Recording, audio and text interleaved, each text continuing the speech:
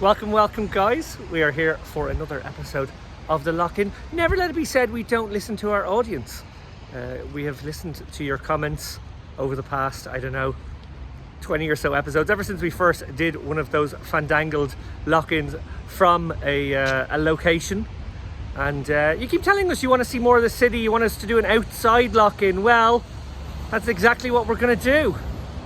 We're here in the beautiful city of Tallinn for the PAPC. I am here with my co-host, you know this man, Dara O'Carney. Dara, we are going to do this, aren't we? I don't know, David. I don't really fancy this anymore. Can we go back inside, please? What's wrong with this? This is lovely. It's too cold. Baltic. Too cold. Welcome once again, guys. Well, I'm determined to give this a go, I gotta say. I have found a beautiful city park. Dara, he's assured me he's up for this. Let's find him here. Dara, we're going to do this? No, it's too crowded. What about here? Too rainy. What about here? Too snowy. Here? Too fucking loud. What about here? Too hungry. What about here? Well, I just got a hot chocolate, and to be honest, that's pretty much the only thing I'm interested in right now. Well, third time's a charm, guys. We are here in the beautiful city of Tallinn, the Estonian capital. We couldn't brave the elements, and Dara really wanted to finish that hot chocolate, so we've taken refuge in my hotel room to bring you the last fortnight's news, gossip and scandal. First up, the PAPC. Dara, let's talk about Tallinn and the PAPC. We have been enjoying, it's got to be said, a really pleasant festival. It was sort of on commentary duty. It's a bit different to the way we normally do things. Yeah, it's a bit weird not to be playing and also to be coming in quite late in the day because we typically start streaming in the evening, so we're not dragging ourselves out of bed and going down to play at an early hour. I mean, we are dragging ourselves out of bed to make sure that we get the free breakfast, which is a very poker player thing to do. Of course. But yeah, it's been a great festival. It's kind of a mixed festival as well, because obviously there's a lot of tournaments like at any festival, but there's a lot of cash game stuff as well, and there have been the other things that have been organised by Patrik, and it's been a lot of fun to commentate on for sure. Yeah, I wholeheartedly agree. There has been it was called Challenge Patrik. It was a heads-up contest. 9 qualifiers who came through Unibet managed to get themselves into this one. There were some local boys as well. When it got down to the semi-finals, there were 4, 3 of whom were Unibet qualifiers. We commentated on that televised table, sort of a double chance style heads-up encounter between all the guys, and they were playing for the right to go up against Patrik in a best of 3. The standard was very good, Dara. Standard was phenomenal. Yeah, it really was. I mean, perhaps not too surprising because all of these guys were tournament players, and the double chance nature of it was interesting. It basically meant that they could take a second tranche of chips anytime they wanted, but they all waited until they had to do it, which meant that they were essentially playing shallow. It was fairly fast, so it kind of all the games quickly got down to the sub 20 big blind zone, where you wouldn't really expect an experienced tournament player to make a mistake, and none of these guys were making mistakes. So it kind of came down to what the cards were, and that was basically what was what decided the matches. Indeed it was. Well, on Thursday, that was the entertainment on show. On Friday, we had a very enjoyable cash game. It was called the Patrik Antonius Poker Challenge Flop Mug. That's what we were nicknamed anyway. First land of poker meet-up game. Patrik took his seat in a 5-10 game, which was sort of using the Flop app, which of course is a sort of social app where people can start their own games. Using that app, it was first come, first served. Anyone wanted to play in that meet-up game against Patrik could do so. And, you know, we had a very entertaining game there, including in the people taking on Patrik were Kim Hultman. Kim Hultman is somebody you guys might be familiar with if you're watching the current season of High Stakes Poker. He is battling it out for, well, considerably bigger stakes in those ones than 5-10, it must be said. Yeah, I mean, he was definitely there to gamble. He was driving the action at the table, by far the most entertaining player to watch. He was also the one who was getting most of the love in the chat. I think a lot of his community, I'm going to try and remember the name. It's something like Let's Give It a Spin. That's exactly it. They basically showed up and they really enlivened proceedings. So it was a lot of fun, and the standard of poker was very high. I mean, he was playing very, very loose, and looser probably than Flop GTO would recommend. But But post-flop he was playing really, really well, with the sort of caveat that he was there to gamble at every possible opportunity. Yeah, well, he did gamble it up, but unfortunately, I think he was the big loser in the game. Patrik cleaned them all out. He made it from 13k, I want to say, to about 17k by the end of play. You mentioned flop GTO there. That's the other product that the flop team have been working on. And playing in the game for at least an hour or two at the beginning was Michael Acevedo, who's been partnering up with these guys to build that flop GTO app. Dara, summarise what that is for our audience. Yeah, well, if anybody has bought Michael's book, and if you haven't bought it, you definitely should. It's the best poker book out there, called Modern Poker Theory. And exactly as the title suggests, it is the best book on modern poker theory that's out there. It has hundreds and hundreds of GTO charts, which are pre-solved pre-flop ranges. And the idea is basically taking that and putting it into an app form where people can check all these ranges on their phone or whatever other they're using. They're also adding post-flop as well, so that's still being worked on. But it's basically a GTO solution for Hold'em. Yeah, it must be said, a very useful tool, well worth picking up as well. Well, it is Saturday right now at the time of recording. Of course, this might be going out a little bit later. So we don't know right now what's going to happen tonight, but we do know it's going to be a 50-100 cash game, no limit Hold'em. We know Patrick's going to be back in action. We know Kim is going to be back in action. There's a few other well-known faces around this casino and around the hotel here in the Park Hilton. Dara, who have you noticed and who do you think might jump in? Yeah, Mr. Sunshine himself, Juha Helppi, is here, and also Zygmunt Larizamis, or however you say that name, is here as well, and Finnish poker legend Aki Pissing is in the house too, so certainly we're expecting a few of those guys to get in the mix. Yeah, some old schoolers there, sort of a flashback to Railbird Heaven from 2010. There's going to be a few of the old school guys in the mix on this feature table, which we're very much looking forward to covering. We've been doing it with James Dempsey. Never worked with James before. A lovely guy, I got to say. Enjoying his company off the tables too. Yeah, definitely. It's weird because Flushy has been playing for even longer than us, and you would think that our paths would have crossed at this point, but they really haven't. And as you said, this is our first time not just working with him, but even hanging out with him. Well, onto some news now, guys. You will notice there was a little cut there. I'm not going to say what mistake I made, but, you know... Yeah, you did. We couldn't have kept it in. Definitely didn't call Ultimate Bet Unibet. That definitely didn't happen. We could have left it in now if you're going to dob me in on this take as well. Okay, anyway, onto some news. I've got to say, it's been a bit of a slow news week. We have been seeing a lot of live festivals playing out, so we're getting a lot of results. We're getting a lot of, you know, $1 million wins and all that good stuff, but not really generating the news we've seen maybe in more recent weeks. So what I did for my article this week, I sort of did a little retrospective, maybe is that the word? I look back on the career of Annie Duke, poker pariah, one could say. She's obviously had a bit of a checkered past in the game. Managed to scrape together an article sort of in the context of her now rebranding herself as a decision scientist, whatever the fuck that means. My piece took a look back at her past. It started off all about the Donald and the Celebrity Apprentice. Donald Trump, of course, that was his big show on NBC back in the day. He bestowed the title of Celebrity Apprentice on Joan Rivers and not Annie Duke in the final. Back then I actually thought she was an okay person. She was raising loads of money for charity. I thought, oh, this is a great poker person in the news for a good reason. But only about a year later, she ended up in the news for all the wrong reasons, as her involvement with Ultimate Bet during various scandals. It must be said, Ultimate Bet involved in quite a few scandals, obviously Pot Ripper being the famous one, and then of course post Black Friday it wasn't good either. The one thing I would say is, having written this article, and I suppose I was sort of doing it in the context of decision scientist / I suppose she's become an author as well. Dara, you were very quick to criticise me and say that I had it was easy. I'd taken an easy approach. I didn't criticise you at all. I thought you were really, really brave to go after such a hard target as Annie Duke. I mean, you knew going to polarize people you there. Knew that people were going to rush to retire. It'd be like a political journalist who's, you know, he's basically run out of ideas, so he just does a piece on why Hitler was a bad person.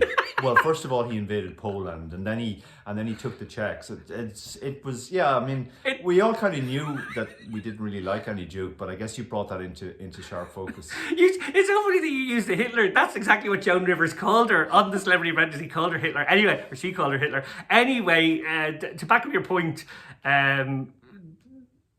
Not to back up your point, I'm going to put this in a different way, actually. You also sort of suggested that maybe when I write something critical, it's a little bit different to when you write something critical or when you write something positive. Yeah, I mean, it was really funny because, I mean, you did a real hatchet piece. You literally dredged up all the worst aspects of our past, crammed them into one exquisitely written piece, it has to be said. But, and the reaction of most of poker Twitter was like, oh, that wasn't hard enough. You should have swung the axe harder and faster, I think as John Pill put it. Yeah. And you forgot about this thing and you forgot about that thing and this thing should have been there as well. I mean, basically... What about when she killed all those puppies, Dave, and put them in the plastic bag? If you included everything people want to include, it would have been a novel rather than a piece on VSO. But it was interesting to me that people, you'd written a real hatchet piece and yet people were saying you weren't harsh enough. Whereas when I wrote a very, very positive piece overall about EPT Prague not so long ago, with one minor criticism in the middle of it, everybody was like, oh my God, Doak has really put the boot in this time. Those poor people he's attacking. What is he thinking? What is he thinking? So the thinnest of cream layers in that Oreo cookie and people all focused in on it. Yeah, absolutely. Yeah. So it's, I mean, we've talked about this before among ourselves. Like, I just can't get away with criticizing people. It doesn't seem. Everybody gets really, really upset and thinks I'm being too harsh. Whereas you can literally you can say anything about anyone and people will just go, yeah, well, that's just Dave being Dave, or even like, well, yeah, he could have actually gone farther there. We're quite surprised by We're quite surprised by his restraint. At calling Hitler a mass murderer, because he could have called him much worse things. Yeah. Well, look, before Dara drags me into a Hitler conversation, which we don't want to go. What's it, Goggins rule? We don't want to go there. We're not going there right now, guys. Godwin's rule. Goggins rule. Yeah. Godwin's rule. Godwin's rule. Sorry, I knew it was. Goggins is the ultra runner. I don't think he ever. Have I dragged another person into it? Anyway, okay. Back, serious face, we're back on this now again. I called her a decision scientist, and I said, what the fuck was that? Dara, what the fuck is a decision scientist? Well, I feel like a decision scientist, there probably is such a thing as a decision scientist, but I don't think Annie Duke is it. I feel like people like Daniel Kahneman, who wrote Thinking Fast and Slow, describing all of the cognitive biases that we have and the reasons why our decisions might sometimes be skewed, he can probably legitimately claim to be a decision scientist, and he has a Nobel Prize to back it up. I also feel that people, from a neuroscientific background, they understand how the brain works and why it might misfire in certain situations. We had Karina from Mindset Design on recently, for example, on the show, and I think she could legitimately claim to be a decision scientist. But Annie Duke, I mean, for me, that would be like me claiming to be a theoretical mathematician just because I know how to work out pot odds. It just doesn't really compute with me. I mean, yes, she made decisions in poker, but I mean, she wasn't the greatest poker player of all time either. I don't see how she can suddenly just rebrand herself as this world-leading expert on something called decision science, which we're yet to find in any curriculum in universities. Indeed, she has seemingly glommed onto that community and sort of has garnered some respect, which I think is what is making so many people cringe and making so many people come out with the tweets that I included in my article, because I suppose as a poker player, she's claiming to be a good decision scientist. She's probably one of the poker players who made some of the worst decisions in the history of our game. Yeah, overall she certainly did. I mean, I think the thing about Annie is essentially she's a hustler or a con man. And those people always present themselves very well. So a lot of the people who are reading the type of stuff that she writes now really know nothing about the field, but she writes in a compelling manner and it kind of makes sense to them. It's in the same way that a con man's pitch makes sense to somebody who's not very sophisticated. I think the key to it is she's appealing to a not very sophisticated audience. Yeah, well said. Well, it was all sort of in the context of Annie also announcing a new book which is coming out later this year called Quit, The Power of Knowing When to Walk Away. Well, on behalf of the poker community, I wish you would walk away, actually. That would be kind of much better, I think. Yeah, and even that's just a rejig of Tommy Angelo's old thing about folding. Yeah, she is sort of the pop scientist of our field, where she just takes other people's ideas and brings them to the masses somehow. Yeah, and ends up on the telly somehow as well. Anyway, moving on, you mentioned your articles being received differently from mine. You also took a different tact with your article this week. You wrote a piece on a dear friend of yours, Dara, it must be said, a poker player, Mark Dalimore, who passed away. It was a lovely tribute, I must say, a man who I only met once myself, but was exactly the larger-than-life figure you had pitched him to me as being, and you told me if I ever met him, I would know where you came from. Well, I certainly did. Can you tell us a little bit more about Mark? Yeah. I mean, with Mark was one of those characters that when you described him to people thought you must be exaggerating. But then when they met him, they thought maybe you'd actually understated it a little. in a different way to Annie Duke, he had a checkered past as well, and I did acknowledge that in the piece because I wanted it to be sort of true to the full picture of Mark. But he was the kind of guy who he just burned his way into the memories of every single person he met. He was one of a kind, absolutely totally charismatic. First time I met him, he came fourth in a GUKPT, and we were chatting afterwards, and he admitted to me that he knew almost nothing about the maths of the game, very little about the strategy.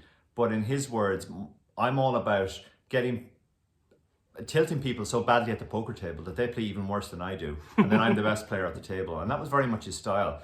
And he continued that throughout his career. A few years later, I saw him. I was actually with him at the World Series of Poker, and we were going back to day 2 or day 3, the main event, and we knew that Daniel Negreanu was on his table.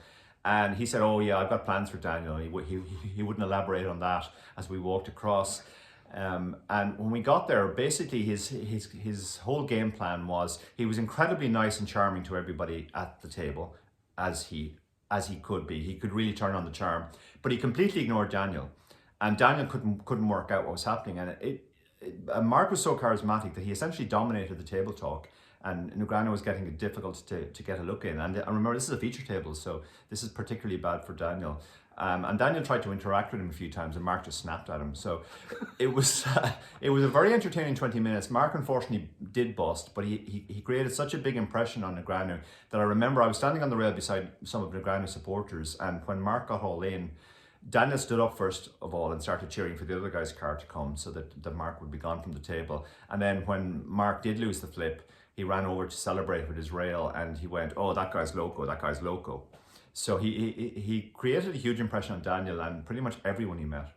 Okay, I have to ask one more story about Mark, because it might be my favourite one, and we think it involves a grizzly bear.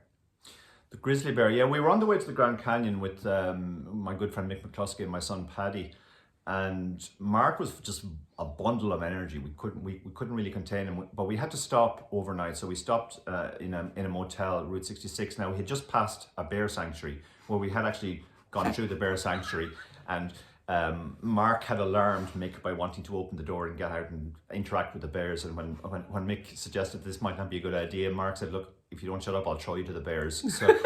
So we'd been to that. But anyway, we got back to the hotel. Mark is still bouncing around. So I decided, okay, well, I better room with him. I was obviously going to room with my son, but I didn't want to inflict a hyper Mark Dalimore on Mick McCluskey, who was meeting him for the first time, I think. So I said, okay, I'll room with you, Mark. So we get to the room, and Mark is still full of energy. So he says, "Oh, I need to go out for a while. I need to go out for a while." Now we're literally in the middle of nowhere. There's nothing around.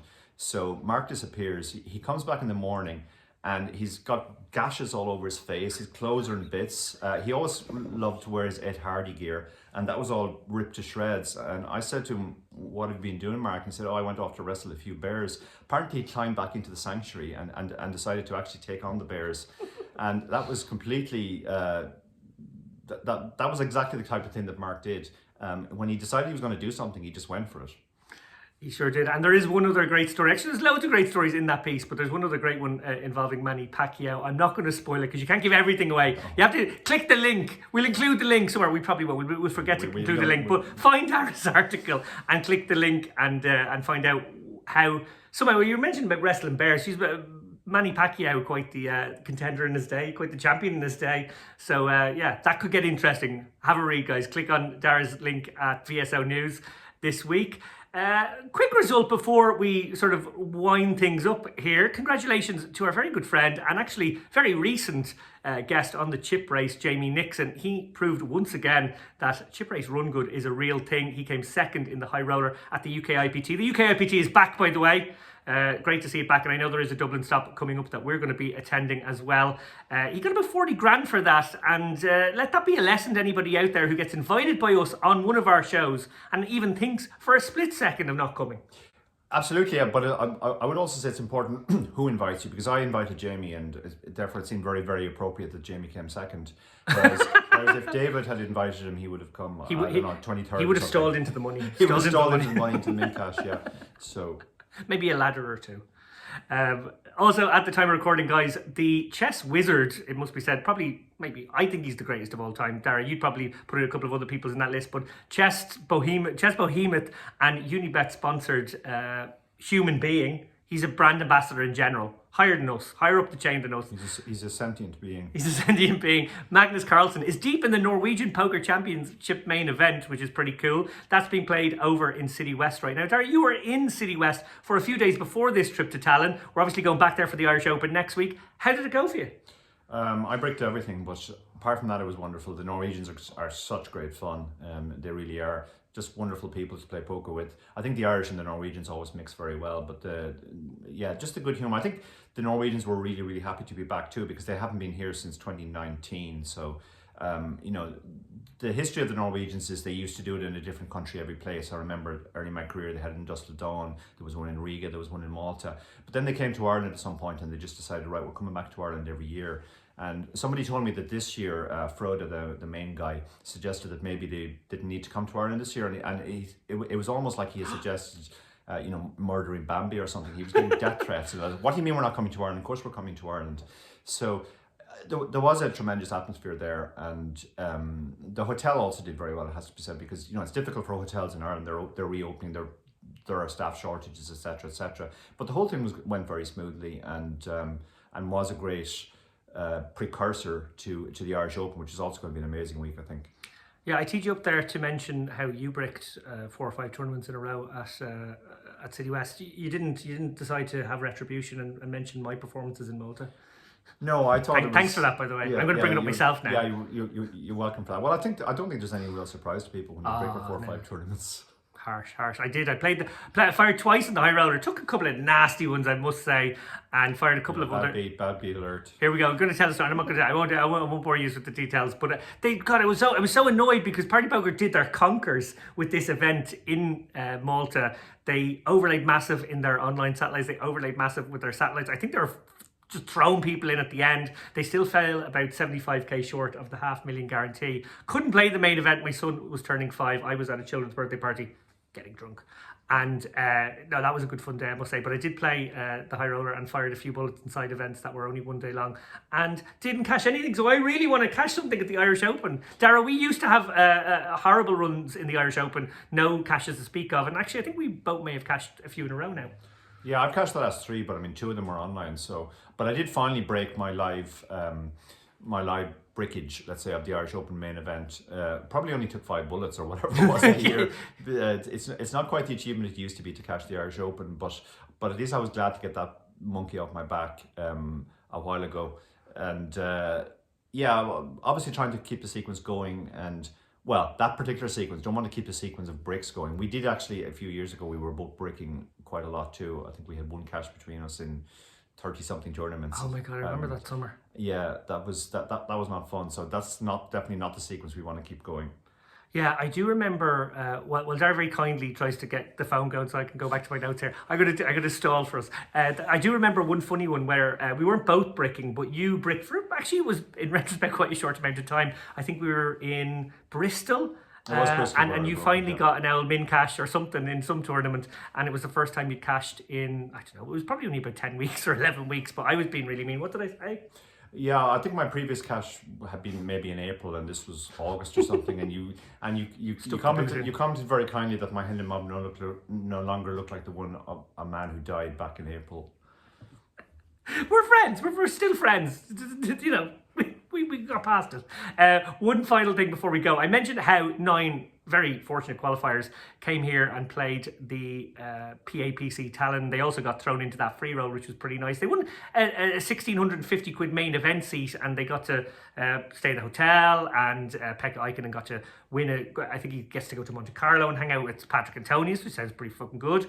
Yeah. And we've also got loads of other qualifiers. I suppose that's what I wanted to drive at here. Unibet is sort of the home of live poker right now. You can do loads of qualifiers. Between April 25th and May 2nd, there is the Malta Poker Festival, which is overlapping slightly with the Dublin Poker Festival, which is on from April 28th to May 8th. You can qualify for the Malta Poker Festival. The Moker Polta Festival. For the Malta Poker Festival, from every Sunday there's a final qualifier.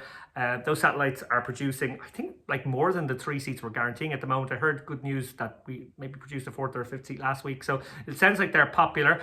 Also, if you want to qualify for 2 events actually at the Dublin Poker Festival, the ACOP and the European Deep Stacks, which of course you are a former winner of. They are both doing very well. The very first one, so yeah, that's the most important. The inaugural. He put his marker down early. There's a 300 quid main in the ACOP, and I think it's 570 in the European Deep Stacks. They're also qualifiable via the Unibet client right now. Sunday qualifiers, and of course super satellites running all through the week.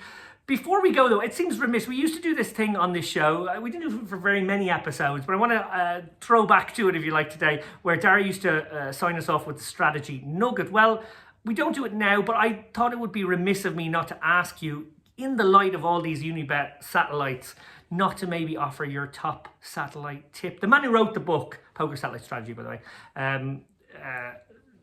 Go on, tell me, what would you do? One tip, 1 minute, 1 minute lesson. Okay, and you've eaten into my minute now. So, I mean, the most important thing is to realize that you're not trying to win a tournament. If there are 10 seats, you're just trying to get to be one of the last 10. The best way to approach that early on is to set the target. If one person in every 10 is going to get it, then you need 10 times the starting stack. So the nearer you get to that, the nearer you are to the ultimate goal, and you really shouldn't be taking risks at that point. This is coming even more into focus now because there's a new format of satellite, which is actually called target stack satellites, which is that when you get to that target, it's done. Boo, we don't like them. They don't sell any books. Boo. But actually, we are talking about maybe including a new chapter, and I did read Yay, we like them. Recently. More new book sales. Yay. Yeah, exactly. More reasons for people who already have the book to buy the book again. But even in the normal satellites, that is kind of, if you start with 10,000, when you get to 100,000, assuming it's 1 in 10, you're pretty much there, so you shouldn't be taking big risks anymore. You can still go on playing, obviously, but if somebody moves all in for 50,000, let's say, there's very little upside for you. You've already got the amount of chips you need, whereas if you lose, you're going to go down to 50,000, and now you're only a 50% shot. And that's the other thing. Always try to estimate what your chances are right now based on your stack. Well, on that note of wisdom, that is it for an episode of The Lock. And it's been a short but sweet one, we hope. We are here in Tallinn. Just point out again, we didn't mention at the start, curtains are back. Nice curtains this time. Back, yeah. These are Hilton curtains. This isn't the Gold Coast. Yeah. No, we did our absolute best to do this outside, like people have been asking for, but it turns out the outside world is full of noise and distractions. You can't control people. You can't tell them to be quiet when you're trying to record. Yeah, we did try in that restaurant to tell every single person in the place they needed to be quiet for the next 35 minutes, but they weren't having it. Until next time, guys, it's been a pleasure. We'll see you soon. Irish Open next episode. Check that one out.